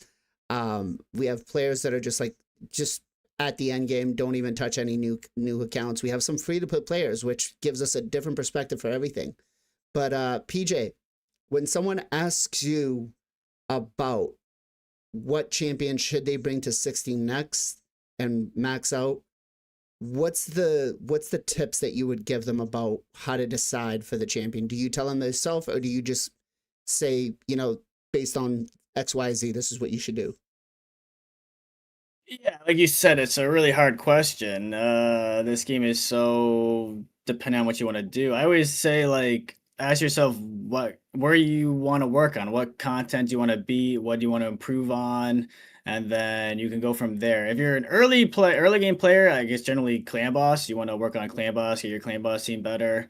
Early on, also, it's like dragon and spider are the two dungeons you're gonna really farm a lot, which is usually gonna overlap with like your clan boss team. So clan boss early on is just so important. And then if you're more mid game, late game, end game, then it's like, well, what do you want to work on? Do you want to work on Hydra? Do you want to work on faction wars? Do you want to work on, I don't know, Chimera? And then try to get a champion that can also, depending on where you are, help you in multiple areas. I think that's also huge. Like if you're early game, you want to try to get a champion that's going to help you in 3 or 4 or 5 different areas. If you're more late game, end game, then you're probably going to want a champion that's going to help you in a very specific thing. Like room in Curse City. I need to build up these 2 rares for this, like only for this, and I want to beat this stage every time it comes around, so I'm gonna work on that. Versus an early game is gonna be like, okay, I need a champion that's gonna help me in Dragon, Clan Boss, Doom Tower, Faction Wars, like all these different areas of the game. So kind of figure out what you want to work on and ask questions. Do your research, like look up on Hell Hades or YouTube and see what champions do. Read their kits, try to understand. Because I feel like people don't read in this game. People just ask CCs, and it's like honestly kind of annoying. It's like Well, read the I kit see and it all try the to time. understand it. I see it all the time on Reddit, and I figure like I look at the post and it goes up, who should I level next? And I'm looking at it and I'm like, there's so many comments in there, and I'm just like, I just respond with, look at what you would like to play and what you want to focus on, and read the skill kits of the champions you have. That's it. I think that's the best advice that you could give them. But No Such Being makes a really great point. If they haven't already gotten a clan boss team together, that should be their main focus, as clan boss gives you some of the best rewards in the game. I think he makes a very, very valid point there. I mean, that's what I was. I wasn't done. Okay, go ahead. Sorry. No, I mean that's why. I mean that's the first thing I said was I think clan boss as well. Yeah. But yeah, I just think I think people just want to get handed. I mean, I guess it's maybe just like the world nowadays. But I just don't. I think people come in and like they say, "Oh, I pulled this champion. Is he good?" I don't know. Read their kit. You tell me, are they good or not? Like, and also it really depends on your account. Like, if you're early game, like champion's gonna be amazing. If you're more late game, then they might not be as good. But I always say personally, the best champions in the game are the ones you have on the account. Like, if you don't have the champions on your account, then it doesn't matter if they're good or not because you can't use them. Who cares? So you got to work with what you got. And yeah, this game's a puzzle, and you just got to figure out how to put the pieces together. Okay. Zero, what about you? Yeah, I think this is very nuanced question, and the overall thing is it depends, right? But I think if you're going from very starting out into early game, like you really want to focus on a well-rounded team that can help you in a lot of areas, and those are probably your first 5-ish champions. And then I think the most important thing in this game, hands down, is getting in a clan that can defeat all levels of the clan boss, so you're getting double chest.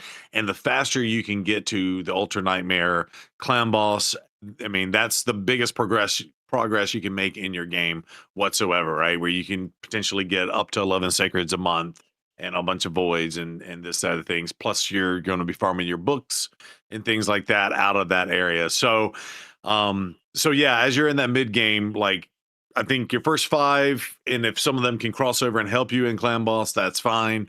And then get that clan boss team. And then from there, I think it's depending on what you need in your account. But, and I said this earlier with, like, for example, Sun Wukong, but I think you need to focus priority once your clan boss team is set. Then you focus on a champion that'll help you in multiple areas of the game. Like Wukong is the perfect one for that, because he can do arena, he can do live arena, he can do Doom Tower, he can do some of your farming stuff. He can do so much for you in the game. For example, there are plenty of other champions of that. But basically, if you find a champion that can help you in arena, because you still got to build out your tag team arenas, right? So now you're looking at 12 level 60 champs. Now we got Siege and we got other areas of the game, but I think that's kind of where your priority is. Hey, can they help me in arena? But really, are they going to help me farm that dragon, farm that spider, things like that? And to PJ's point, and he said this, and I think I don't want to lose sight of that too. You do, in those first starter champions, you do need to farm that gear, because you can't progress your account without the gear, essentially. So that's kind of it in a nutshell. And that's usually what I tell people. And I think, to the point, read the kits and like, what do you need on your account? Right. If you don't know what you need on your account, then again, find that champion that can help you in multiple areas of the game. All right. Gestel, what about yourself? Yeah, obviously I feel like you're going to get this question mostly from new players. You get it maybe a little bit from mid-game players. End-game players are probably full aware. So what I normally say is you gotta find the 5 that you're gonna make for clan boss and make them 6-star. Those are always priority. Clan boss is priority. You gotta get your clan boss running. Gotta get those shards, or you're not gonna grow the account. So that's what I always tell new players: get your best 5, 6, and get them to 60 first. That are your best for clan boss. Mhm. And then everything else will work out.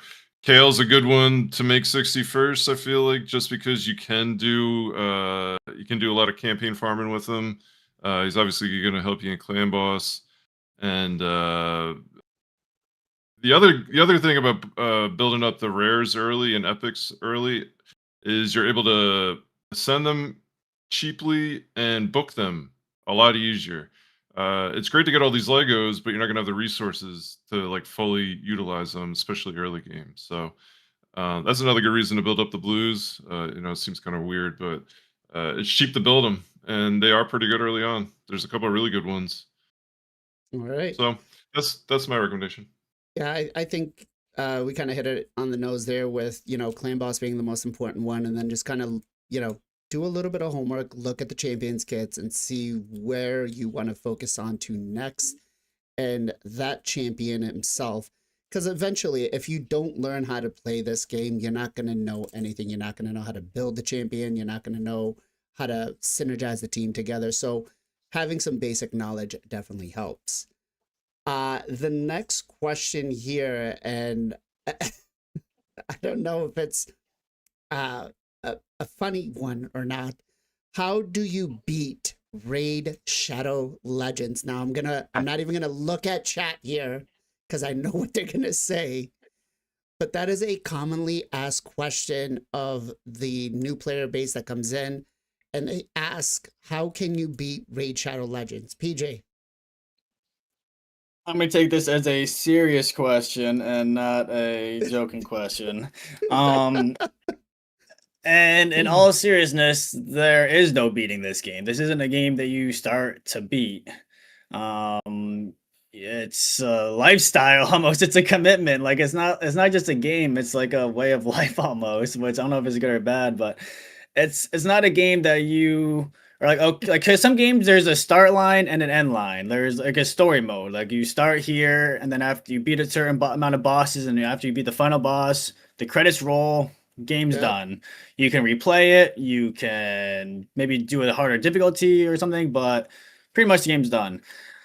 This is not one of those games. This isn't a game that has a start point and an end point, and you're just trying to get to that end point. This game is kind of like us. It's ever living, ever growing. It's not something that's gonna like stop and unless the game is completely over. So yeah, there's no really beating this game. I mean, I see chat saying people walking away or credit card, but yeah, I mean, there is no I'm loving beating Joe it. Leisure's comment that says you don't raid eventually beats you. Yeah. Yeah, there is no, it's not that kind of game. It's there are certain games like that, and yeah, this is not one of them. It's like, how do you beat Call of Duty? I mean, there's a campaign, and then there's like multiplayer, but there's no like, yeah, no, it's not one of those games where you're just like, oh, you after you do this, it's over, you beat it. It's still going. The goalpost is always moving. Okay. Zero, same question. And the question is, how do you beat it? How do you Yeah, beat Raid there's Shadow no Legends? there's no beating it. I guess pull nice Siegfried, Commodus, and some other stuff all on a 10 pull or something. That's how you beat it. No, yeah, there's definitely no beating it, and I think that's to Player's credit in the sense that they're constantly evolving this game and they're adding new content. I think this game would have beaten itself, if you will, if they had not given us Curse City, Faction Wars Hard mode dungeons, Sand Devils, Iron Twins. These are all things they've added to the game since I've been playing, right? And now we've got Grim Forest and Siege. I mean, they've added so much to the game over the last 3 or 4 years to keep things going and keep your diversity of your champions needed, if you will. And so, yeah, I think, I mean, we joked about it, but the only way to beat this game is to walk away from it at the end of the day. So there's that. Can I say one more thing? Yeah. Like Yeah. seriously on how to beat it. And this is all seriousness. How to beat it is honestly you be free to play and you try to use your brain instead of your wallet. I mean, the easy answer in this game is to swipe and pay money, and that's what Player wants you to do. They want you to spend money on their game. And how do you beat that is by staying strong, not spending money, and you either use your brain or time and just suffer through and you beat it eventually. But that's really how you beat it is by being free to play and No. not I'm going to spending challenge money. you on that. What No. time? Here's the challenge to that. So What? like when you play like a normal game and there's easy, normal, hard mode, normal is credit card, hard mode beating the game. This Like is what kind of getting all your game? Steam achievements is doing free to play. I'm joking, of course. But yeah, doing it free to play is the hard mode beating the game, if you will. Okay. Fern is always joking about like because we had a crazy CBC the other day and he was like, Plarium's winning. Like you guys aren't winning this. Plarium's winning this because you just spent hella money in the game. Yep. And I would say, yeah, to beat the game is by using your brain and using your resources and not going into the FOMO traps and the baits of Polarium by like, oh, gotta spend now, or the flash offers, gotta buy this now, gotta buy this now. So you gotta really, it's like kind of like beating Polarium more than beating the game. Gotta Okay. figure them out. Kessel, what do you got to say, man? How do you beat Raid Shadow Legends? Well, I was gonna jokingly say free to play. Yeah, no, it be is. true to free to play. I mean, it kind of is true. But the fact is, like, you don't. This isn't a game you beat, right? And this is of all the questions you've asked so far, I've actually never heard this before. No one's ever come to my. Yeah, I haven't heard this stream and asked either. It was so- one that I saw on Reddit. And upon like I was doing some research and looking into like what are the most commonly asked questions, and then I looked at it. I was like, there's no way. No, there was a Reddit article for it. I was like, okay. All right, interesting. Yeah, okay. Hey, it's not a horrible question, I guess. I mean, if yeah. you don't, if you're new to If the you're brand game and new, you don't yeah. quite understand it, yeah. But if you understand that it's a card collector game, right? Like, how do you beat Magic the Gathering? I mean, You it's don't. essentially the same game, right? Yeah, it's a game it's a puzzle game. You know, it's a game that you can do PvE, you can beat against yourself, and then you can go against other people in PvP. So that's how I would explain it. It's Okay. how do you beat a card collector? You don't keep playing. Yeah, that's a great Hope you get better analogy. cards. Well, that's a great analogy too. Just to chime in on just what he just said, is because and I played all the way back in '95, right? So this, Magic the Gathering's been going since the early '90s, and still is the most popular going thing. And one of the things they did was you can't use cards like in tournaments and stuff that are within 2 years, like meaning they have to be within 2 years of print to be able to use them. So you could use an older card if they reprint it, for example. And I think they do that in this game. That's one thing you need to know about this game is they do power creep, right?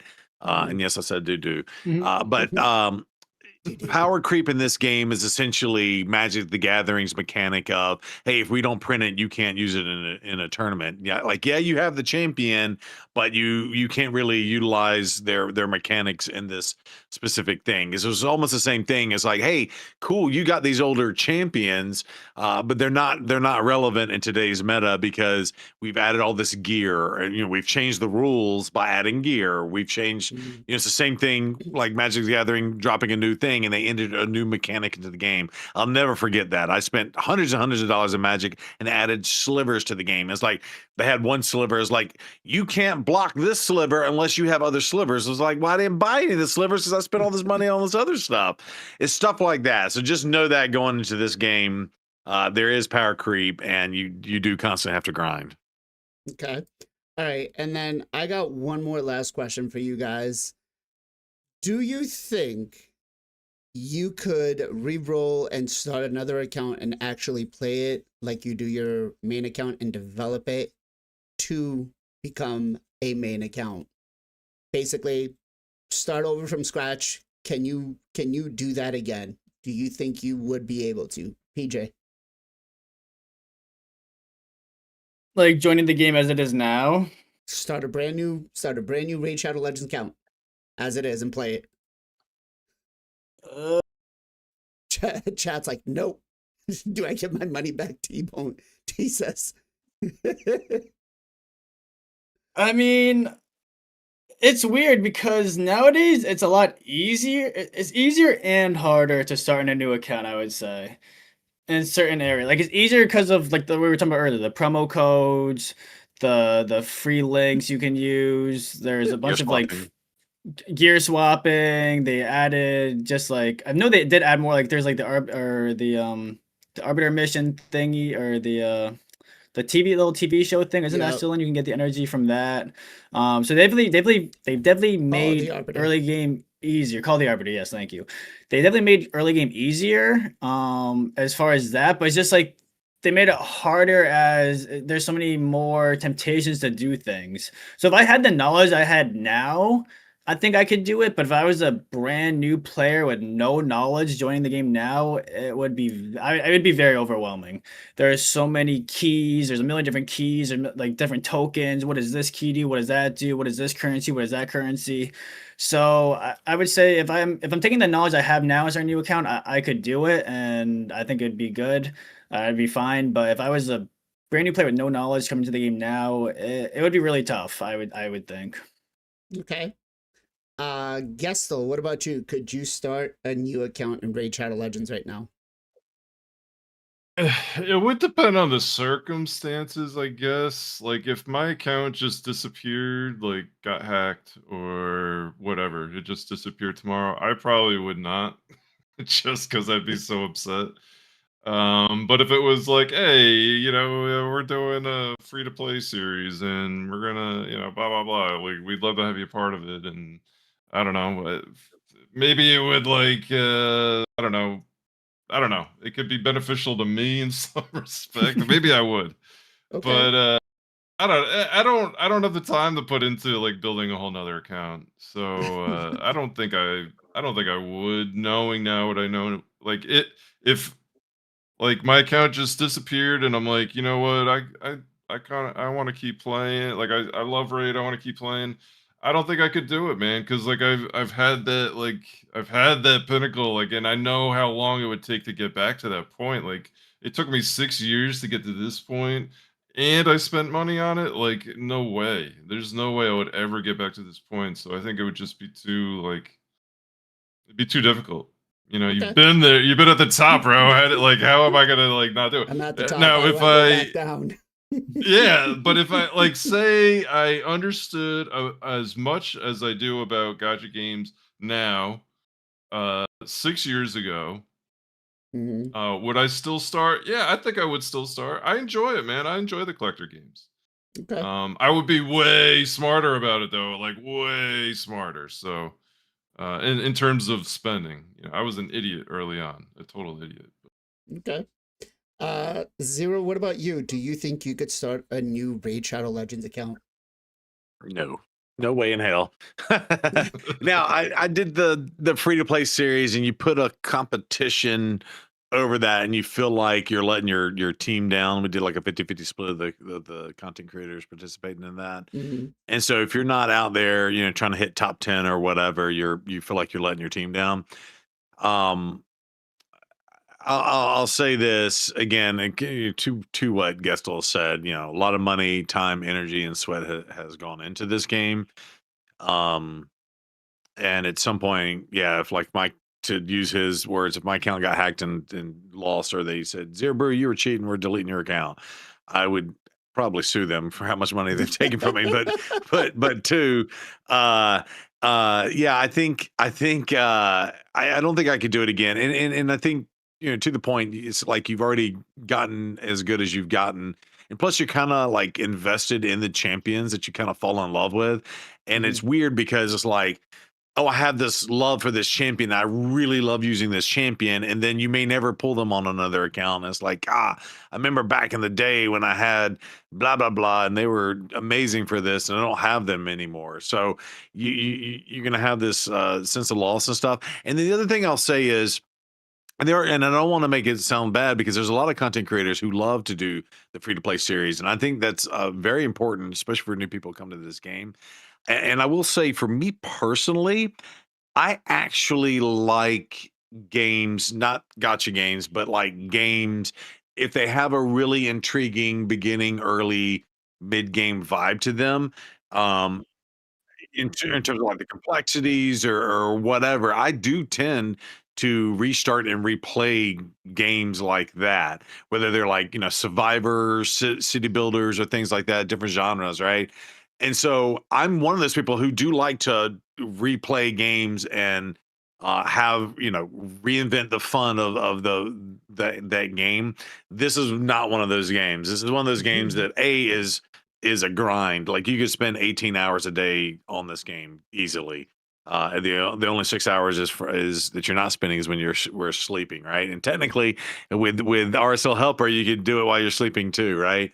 And so I'm not in the place to do that ever again. So yeah, All right. Well, I'm gonna ask very chat. long-winded answer. Should we have these guys as a challenge to see if they could last a month playing a No. new Raid Shadow Legends account? Should we do that? Should we see, can they hack it or not?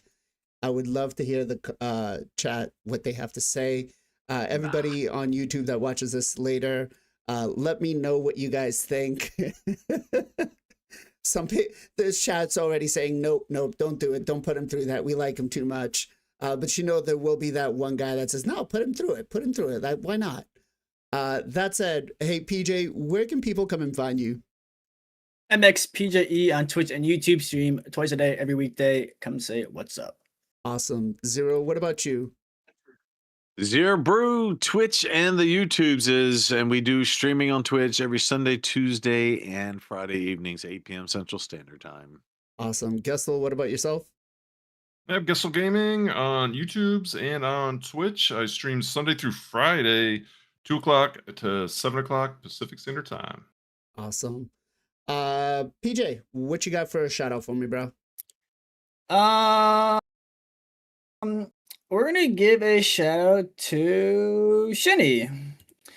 He started streaming back on Twitch a little bit. I actually haven't seen him stream on Twitch in a while. He streams on YouTube a little bit as well. I'm sure a lot of you older players know him. Yeah, big into Live Arena. You guys are not familiar with him. Definitely check him out. What's that older player comment in Sheeny? Are you just trying to like pick on Gestel? You gotta ask him. That's Old gentleman. Ask him that. I'm not his personal talker. I don't know. You can ask him. But yeah, there's his link. Check out Shinny. Very knowledgeable, very Live Arena or arena oriented. And check him out. Okay. Gestel, what about you? What you have for a shout out for me? All right. Well, I'm gonna shout out the man who's here every other weekend, Mr. King Copium. I don't know if we're gonna be rating him, but great dude, great streamer, big personality, big beard. Love dudes with big beards. I don't know why. I guess I wish I had one. So go over there, check him out. Awesome dude, King_Copium. Did the wife say yes to the beard? Or the mustache? I should have asked. I should have kept it. I would have started it this week. I shaved this morning though. Yeah, we'll talk. Yeah. All right. Zero, what you got for a shout out for me, bro? Speaking of mustaches, I watched Bohemian Rhapsody this week. So Freddie Mercury, one of the most famous mustaches in the game. Oh yeah, I guess we'll get in there, man. Get in there.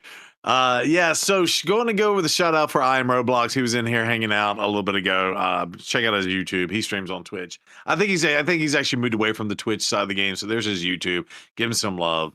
And yeah, so a shout out. Awesome.